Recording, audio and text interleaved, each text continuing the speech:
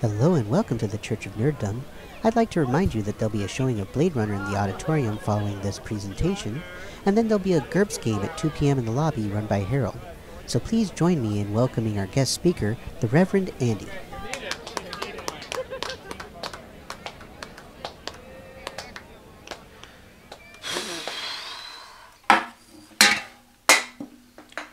Fuck it. Good evening, nerds, geeks, and dorks. Before we start tonight, I'd like to read to you from the Book of Gygax, Book 3, verse 12 through 17. And lo, those of the righteous wish to spend their time of lunch immersing themselves in the play of role while eating Twinkies and Dr. Pepper. They were driven from the vast halls of the cafeteria by those who wore the cloth of the jock and followed the teachings of the prep, and instead found refuge in the back hallways and classrooms whose locks were sundered by the skills of the party.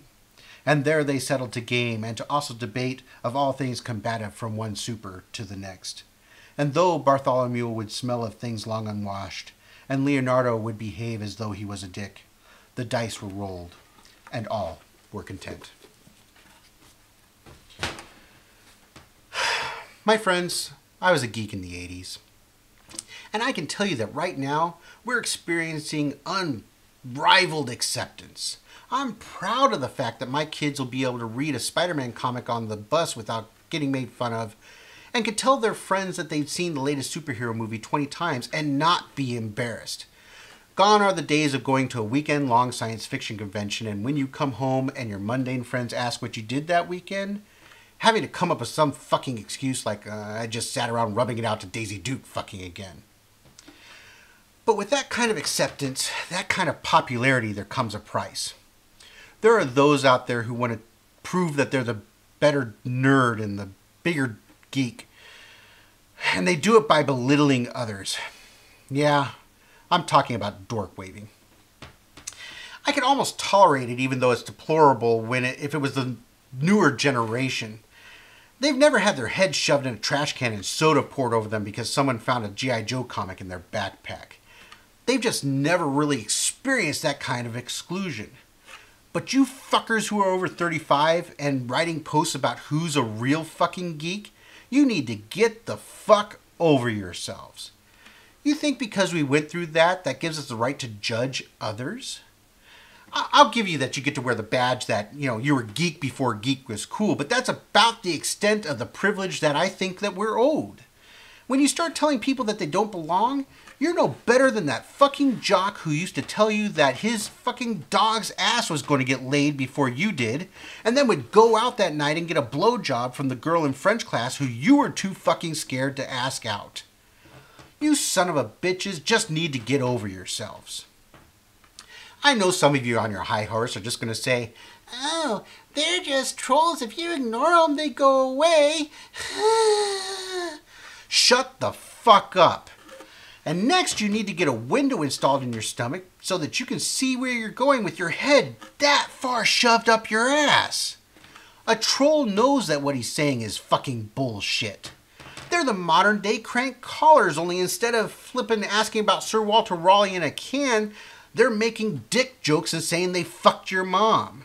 They do it for reaction's sake. They do it maybe to get some more clicks on their website to get their advertising numbers up. Kind of like a 24-hour news station. But a troll knows it's a troll, and these motherfuckers think that they're right. These motherfuckers are troll shit. No, seriously, troll shit sits all warm and happy in a troll's colon until one day they get pushed out for everybody to fucking smell. And shit doesn't know it's shit. All it knows is that everybody fucking reacts to it, and there's flies buzzing all around it telling it how fucking awesome it is. And the worst part is when somebody steps in troll shit, because troll shit is the fucking stickiest ass shit that's ever been fucking shit. And no matter how many times you rub your fucking foot on your goddamn doorway, it's never gonna fucking come off. It just sits there telling you that it's not the one who smells, you are. Seriously, these fuckers just need to get over themselves and accept that nerdom's never going to be the same.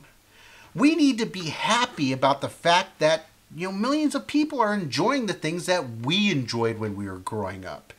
Well, except for, your weird Swedish porn you had hidden in the monster manual. I saw that fucker once. Anyway, we need to get over the torments that we experienced when we were younger. Otherwise, we're all just going to be troll shit. Thank you for listening, and there are donations plates on your way out. And like usual, fuck off and have a nice day.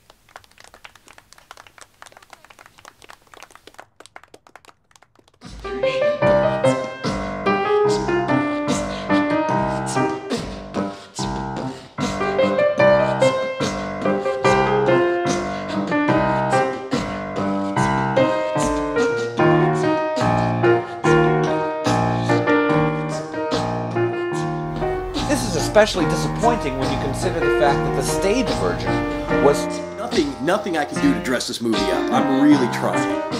It's